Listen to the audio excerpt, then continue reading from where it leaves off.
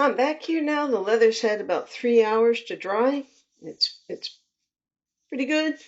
It's got a little, I could let it sit longer, but it would just get stiffer. So this is a good time to work with it. There are several skiving tools. I choose this one to use. I find that it is the easiest for me to control. I probably should have put a new blade in it. We'll see if it gives me too much trouble.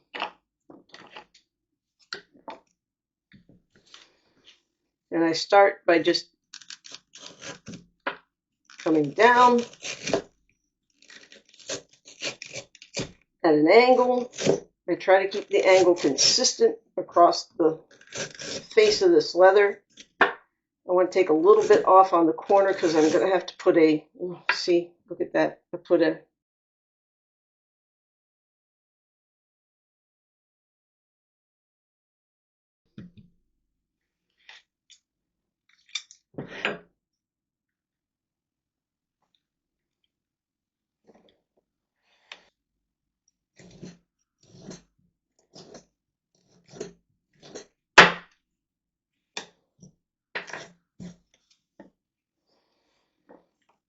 okay.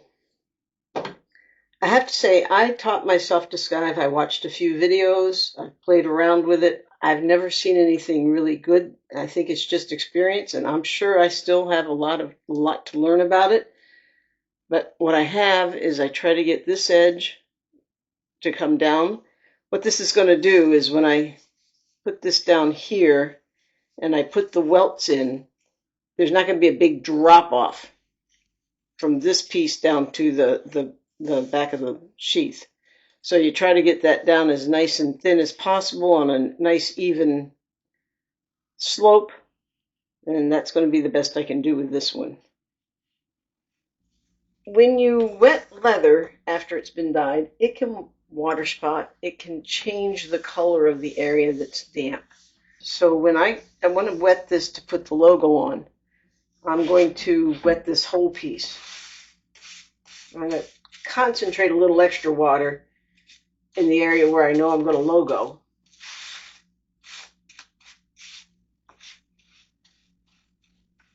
I don't want to do the top because I want them to match. I'm not sure it would make much difference. Sometimes I do, sometimes I don't. Oh, my dog's barking.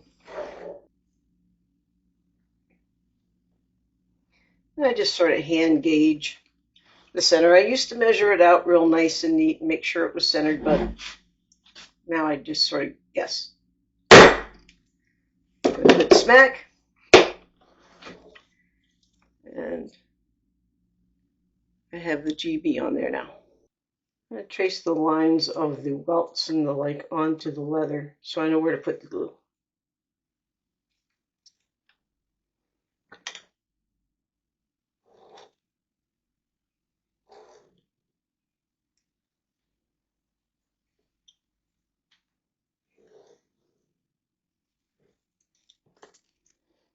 I don't know if the camera will catch it or not.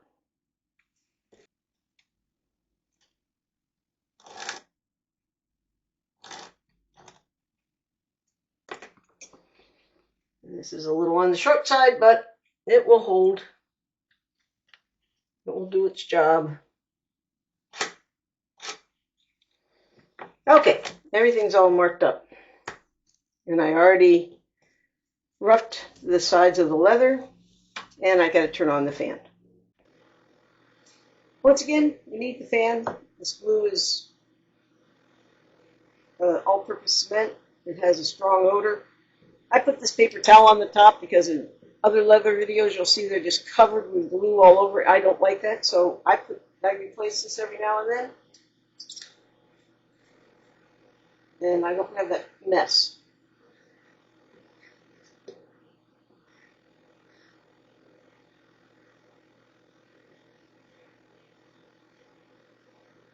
I used to wear gloves. Probably still should, but I don't so much. And then you just brush it on. Try not to get it on the front edge, as eventually we will have to dye that front edge. And glue will prevent the leather from absorbing the dye.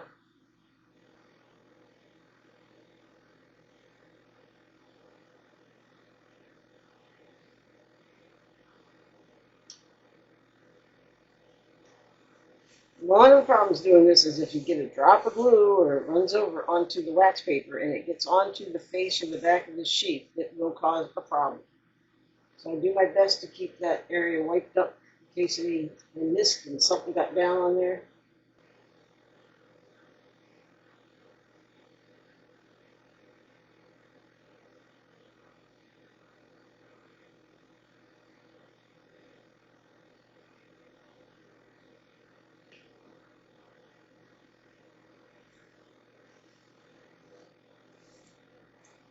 All right, it's got to dry for 10 minutes or so.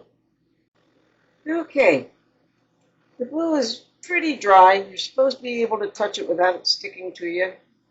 I get impatient, but this is pretty much where it belongs. Now, this is important when I lay this on here. I want to line it up. And I don't, if I get one off or the other off, I want it to come off of the face. I don't want to have to shrink up my welt any. I try to line it up perfect, but that is difficult for me to do.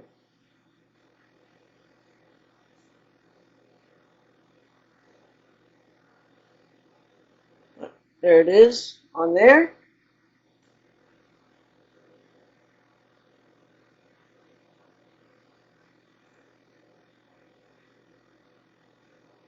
I think one of the things I've learned is how to hold the welt up while I work my way up it instead of getting it down and getting it stuck in there and having to rip it off. And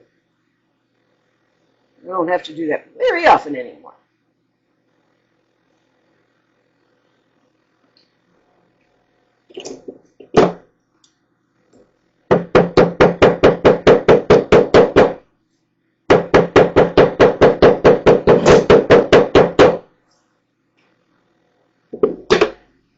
There's that piece. It's pretty good. I'm going to have a little bit of work to do to even up those edges, but they're not bad.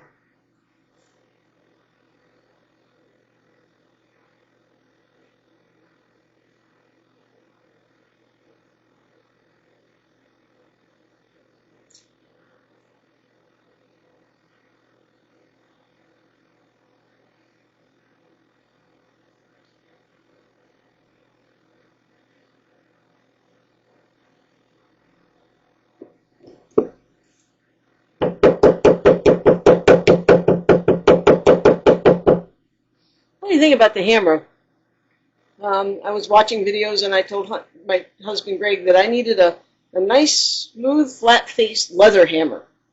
He went out to the garage, out to his toolbox and pulled this out. This was a body, he was a body man for years and years. This was one of the hammers he used in body work. I said, will that do? Sure. I'm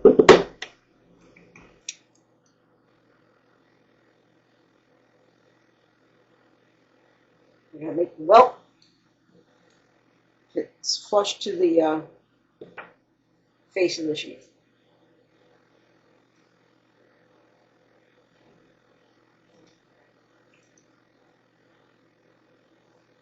They're a little long, but I will use some 220 sandpaper to get that evened up. And then I'm going to make this piece fit the bottom piece.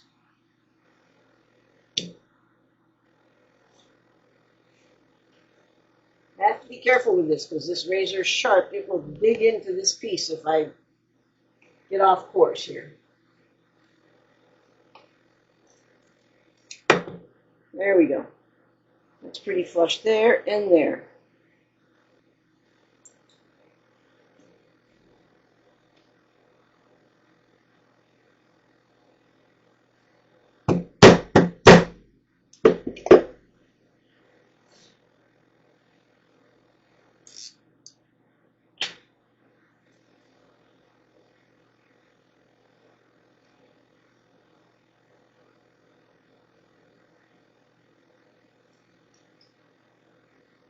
Okay, that's what it's going to be like.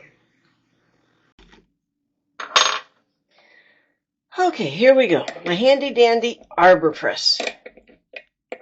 This makes my life doable. I couldn't do this job without this press. I just don't have the strength in my fingers or hands to do the work. And once I had it for putting in the stitching holes, I found it comes in handy for lots of other things like putting on snaps.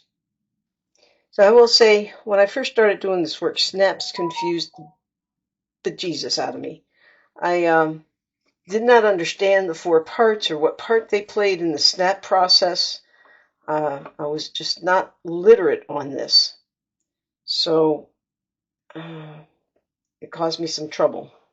I need this to be flat, be able to be flat, and with these welts in here, they won't fit over that, so I got myself another little piece of steel that will do the job.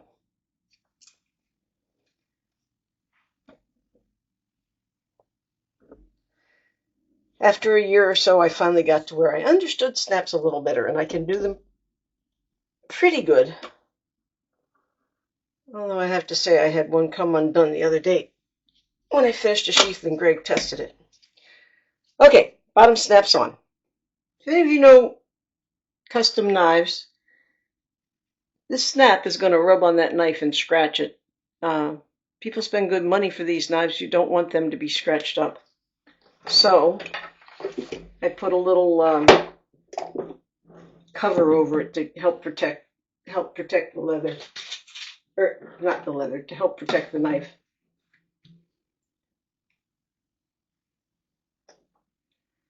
And here we have, where's my, things get buried, small shop. So this is a leather cutter.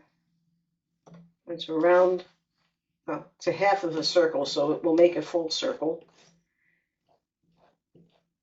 And I frequently sharpen it so I don't have to pound through here too hard. There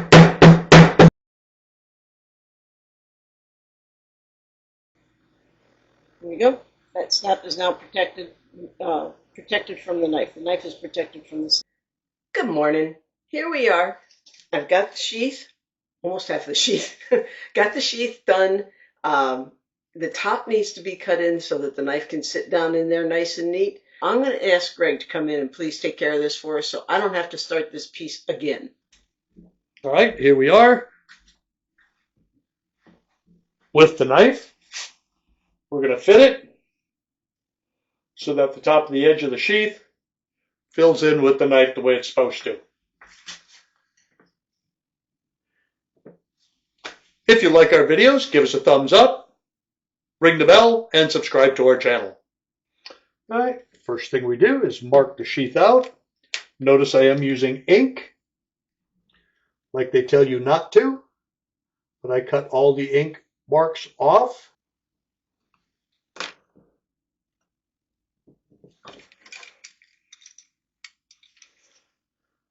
Don't try this at home, boys and girls.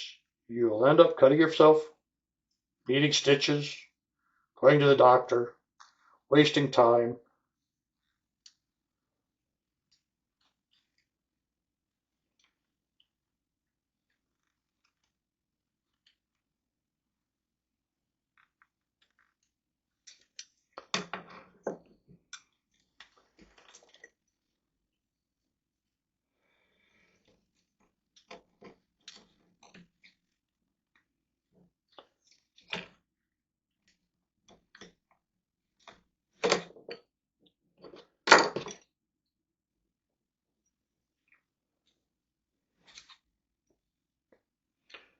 And we have a sheath that fits.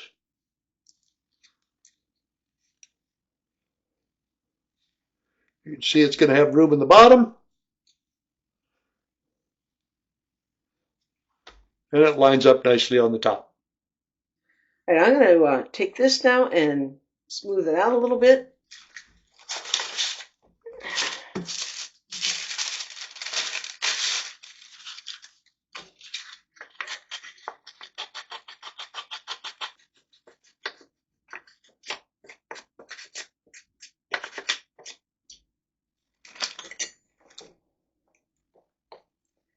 And once again, we'll get the edges rounded off a little bit here.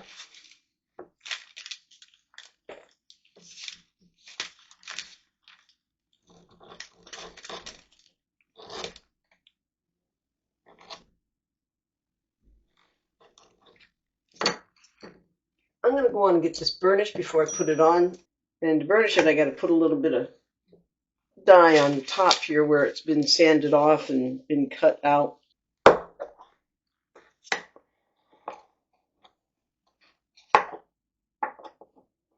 For little jobs like this, I just use a little Q-tip. I don't want to have to do one of my cotton swab or my wool swabs and then have to clean it. And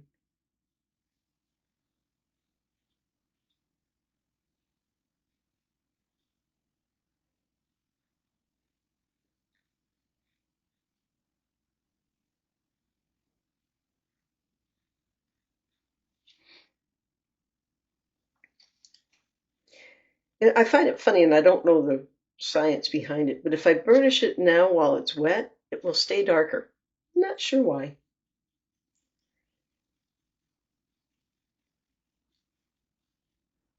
But sometimes it gives it a nice contrast.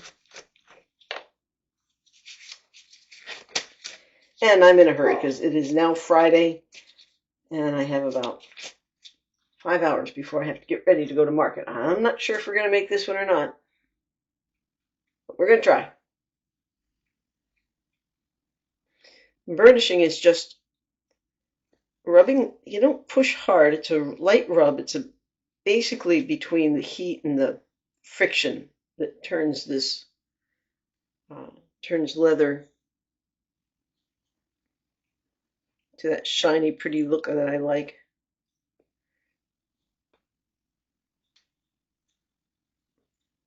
And I want to remember that I've rounded it off, so I want to keep it round. I don't want to flatten it out.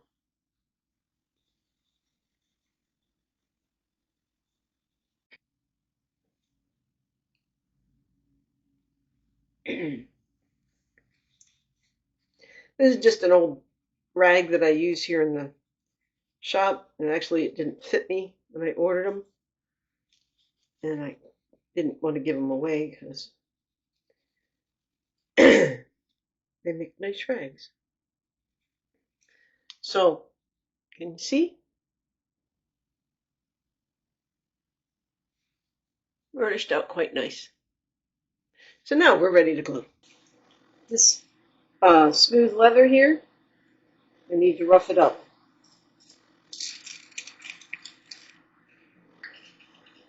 Got a piece of 180.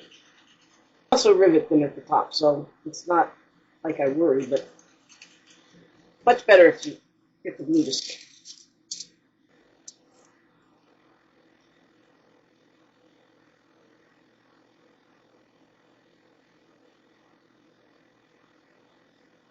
It's sort of just like paint and trim.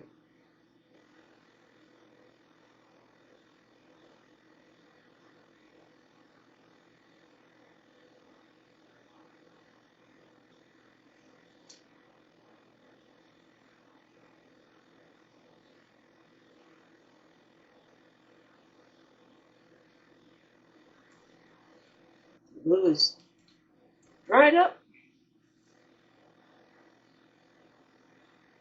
Start this at the top because I want it to line up.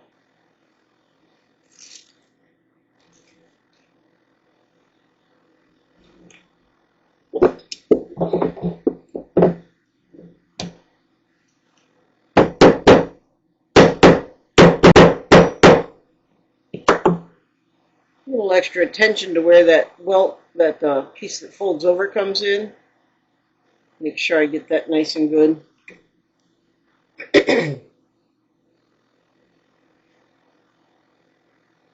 Got one not skived quite to the angle the other one is, but it's going to be fine. All right. So now I've got that. Starting to look like a sheath.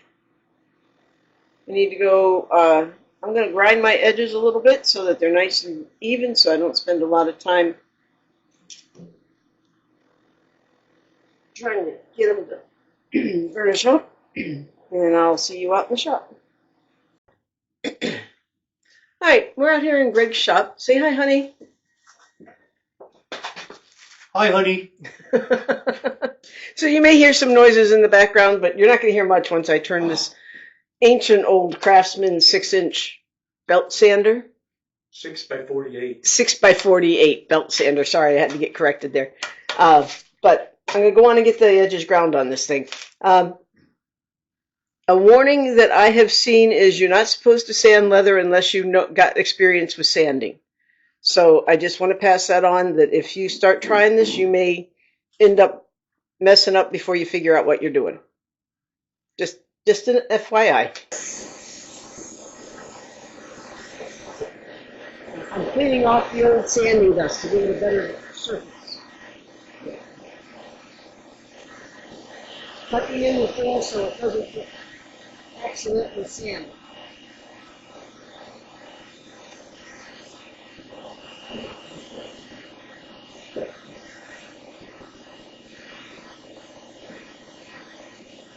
Let's see, with a burner.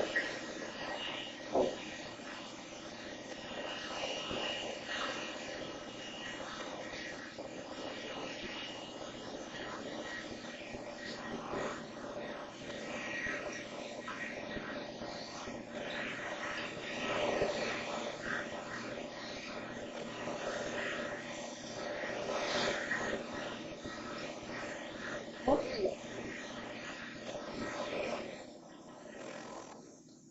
She's done. Now I gotta do is go in, clean it up by hand. There's a few little spaces there that feel like they're not quite even. I'll clean it up by hand and then we'll get to the next step. All right, here we are back inside. The sheath has been smoothed to where the edges are nice, flat, and even. I never did burnish this. As I said earlier, there's easier ways to do things and harder ways to do things. If I had burnished these edges before I folded it over and glued it, it would have been a lot easier. But now I'll just have to take care of it the way it is and I'll do that when I do these sides. I'll just do it all together. So the next thing is a little bit of hand sanding on this, then beveling the edges, putting some dye on it, and then marking it for stitching. Getting close, guys.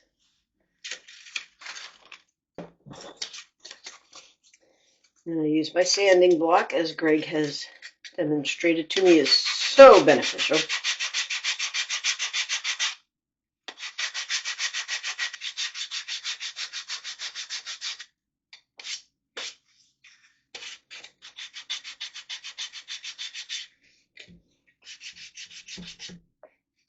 Now for the beveling.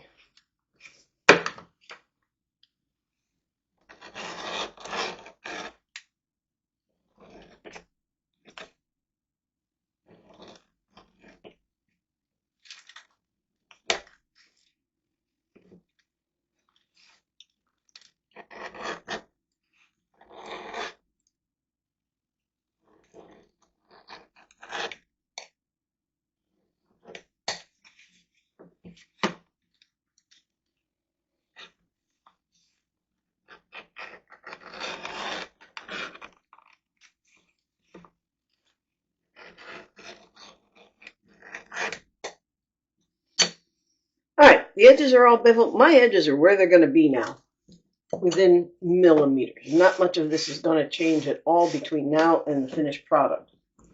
So, I'm not sure what this is called. It's a groover, and I have it already set so that it's about halfway through one of my welts. And I'm going to put this line in here, and it'll give me a stitch line.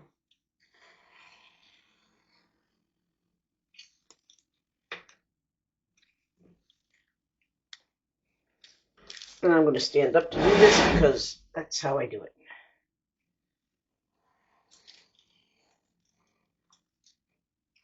And yes, you can mess this up. I can mess this up. I don't know about you.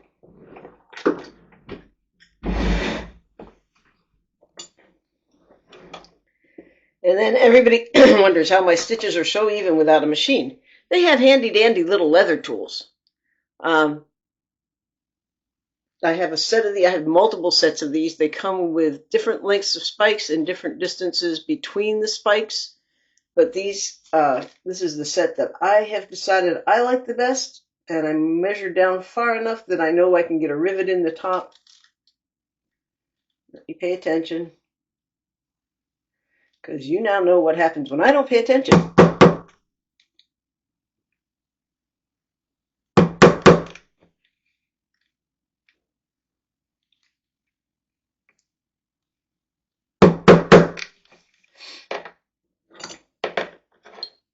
I want this to change angles when I get here, so I'm going to use this guy.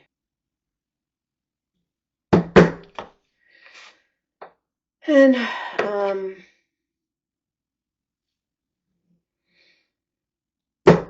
in case you get to the point where it's not an even number of spaces down to your point, you want to work your way back toward your line and then sort of gauge that away from both the tip and the top where people's eyes are drawn.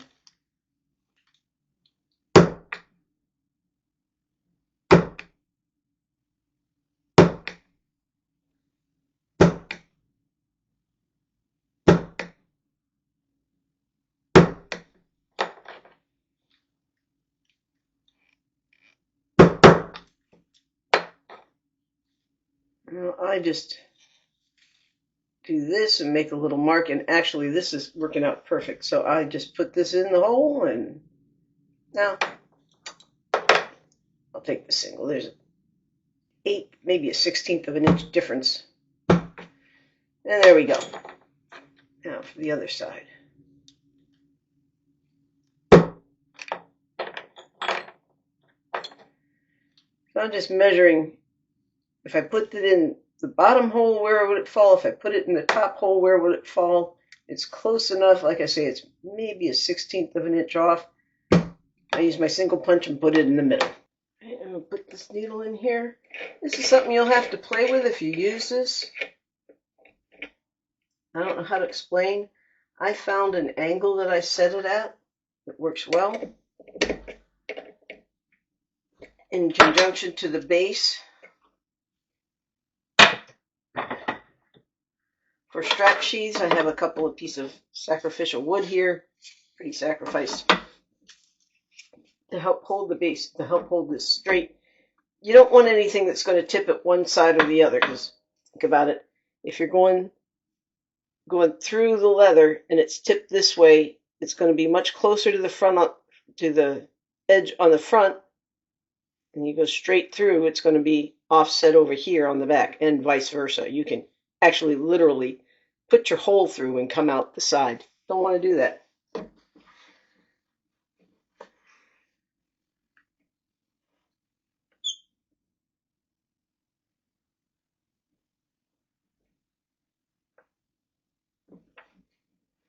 What I'm doing, I'm putting pressure equally on both sides and pushing down close near where the needle's going in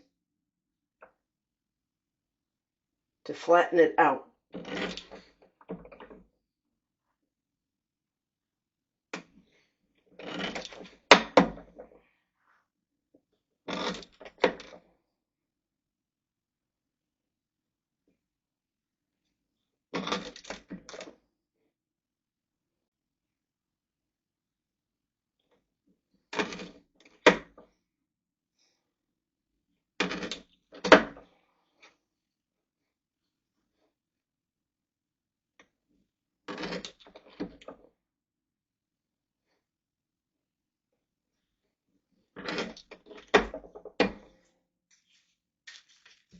All right, there she is, all stitched up, or not stitched, all pressed, all punched for stitching.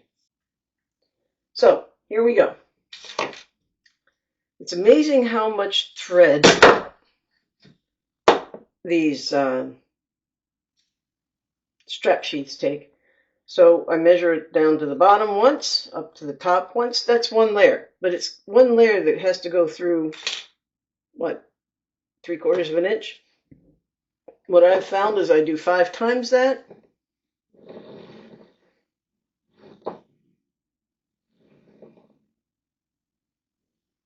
That's probably enough there, but it's a real pain in the neck if you run out, so I just grab off enough that my hands can also hold on to it without a problem.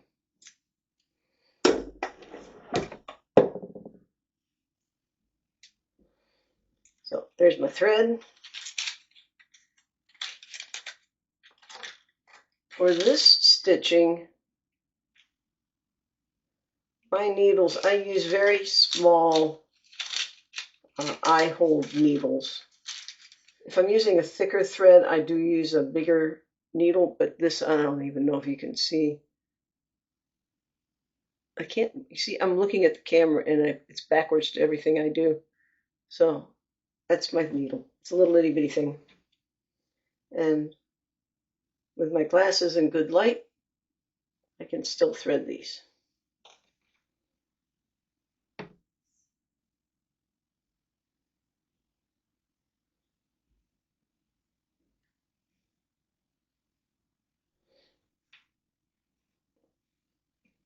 One of the things is you want to get it even before you start. Relatively even. That's pretty even.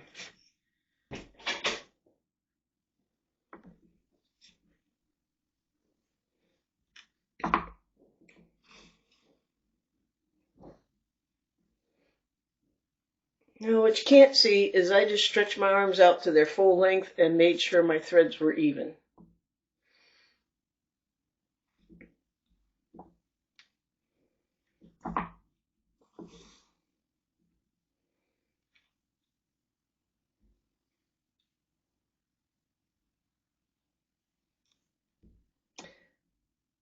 I am not one that has been able, I don't have the hand strength, or I don't poke my hole big enough to put both needles through the hole at the same time. I am doing a saddle stitch.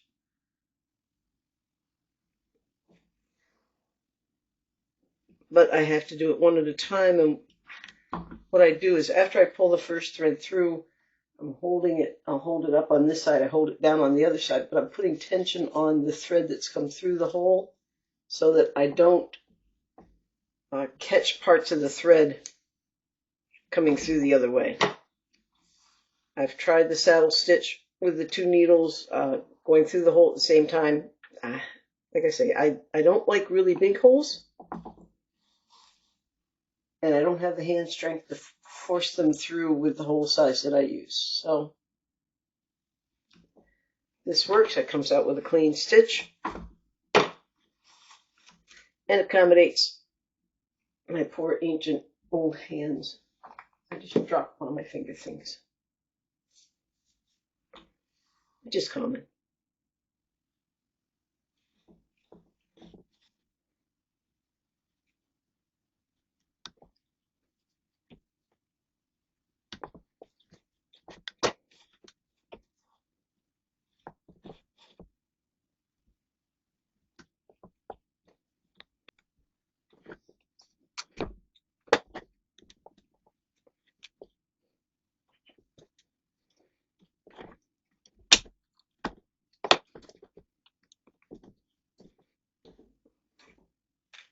All right, stitching is done.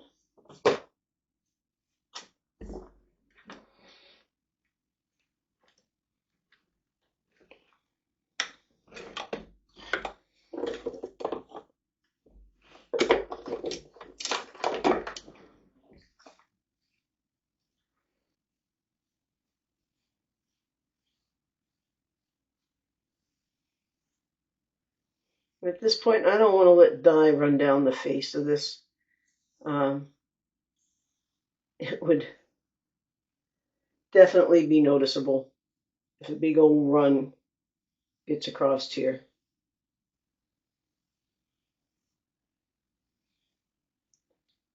So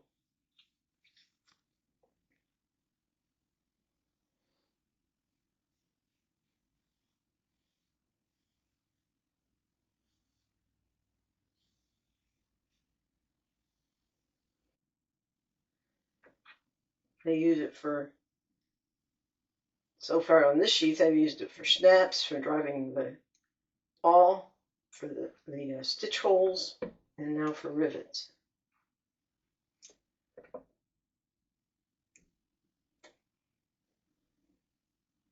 I'm trying to get this centered. It has to sit in a little cap hole on the bottom, and this tool on the top has to be pretty much centered. This is a 5/8 rivet, which is a little larger than what this tool came for. I think this came for 1/2. And I couldn't find a tool for it, but I find I can make it work.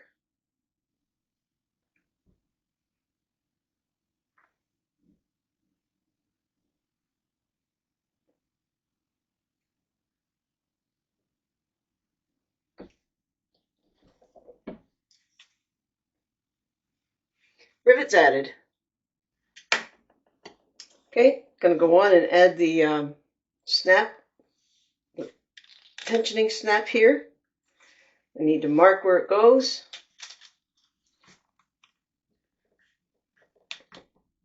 In good pressure, I stretch it down and press on there, and I get a little mark on the inside there.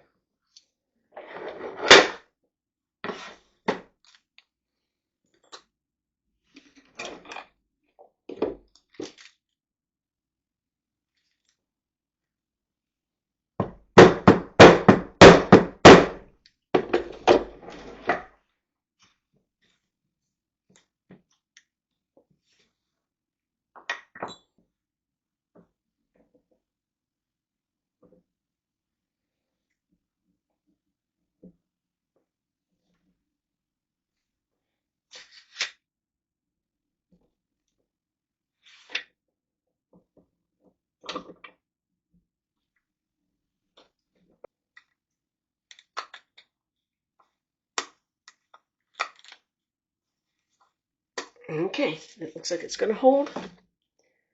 Snaps in.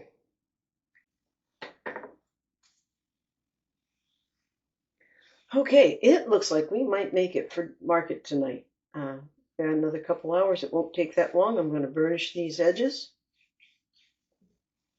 and then put my coat on here to protect the leather, give it a nice shine, and we're done.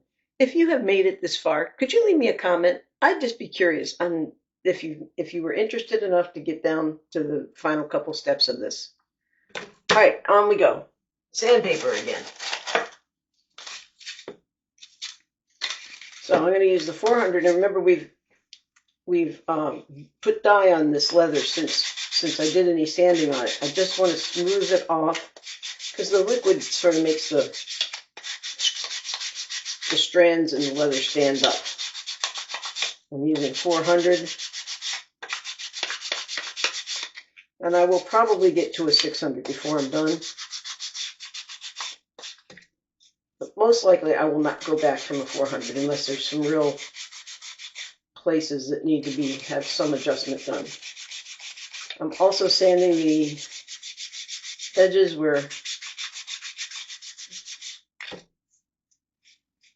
I used the tool that I can't remember the name of right now.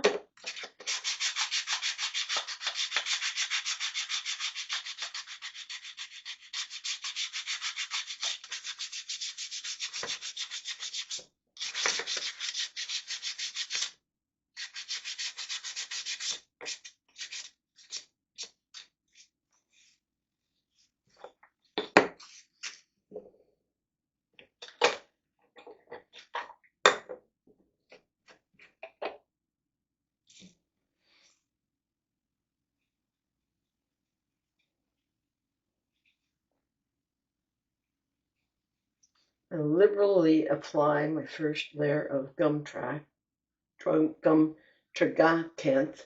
Not sure how to say it. I call it gum track. I'm getting it on the edges, around the corner there. And then it's a lot of this.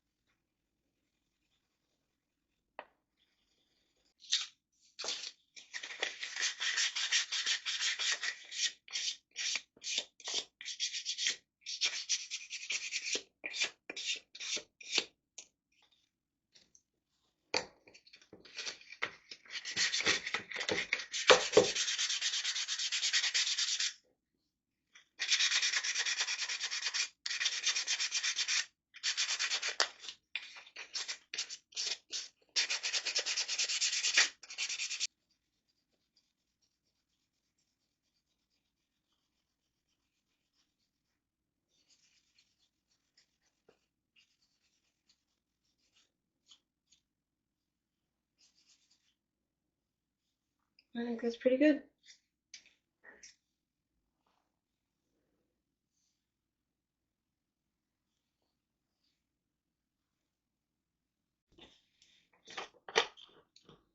Okay, to finish this up, some Fibings leather balm.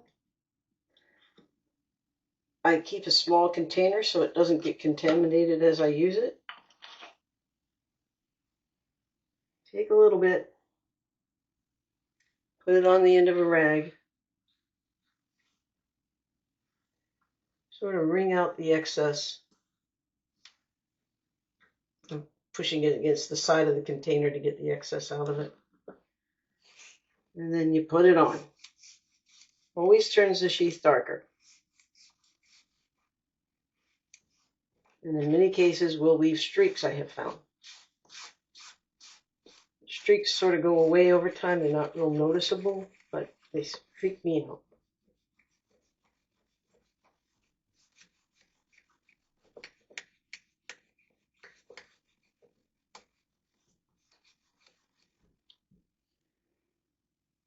It gives it a beautiful finish. I got areas up around the snap head that didn't get it and around the rivets. You can tell because of the change in color. And you buff it really good when you put it on.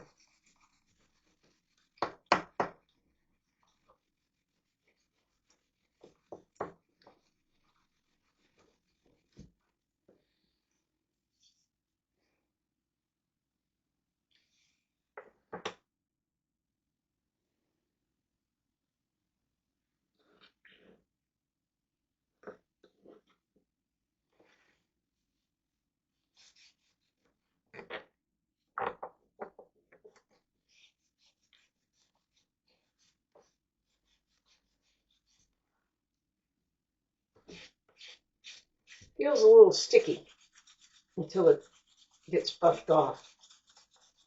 I've seen people who don't like it, and I've seen people who love it. I like the look of the finish. I've used multiple different mediums to finish, Aussie wax and neat's foot oil and I don't know, several different things. I like the look of this the best.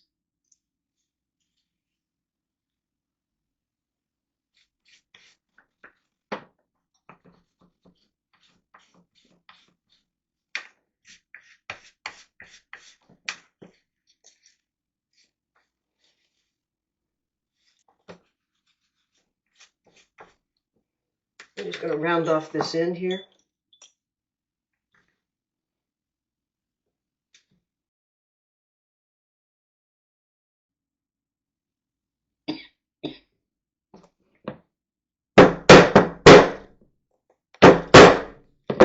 Too many chemicals out here.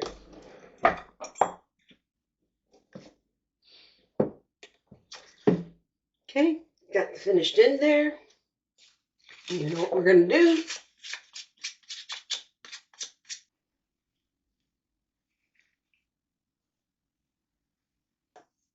All in all, it came out to be a very nice sheath.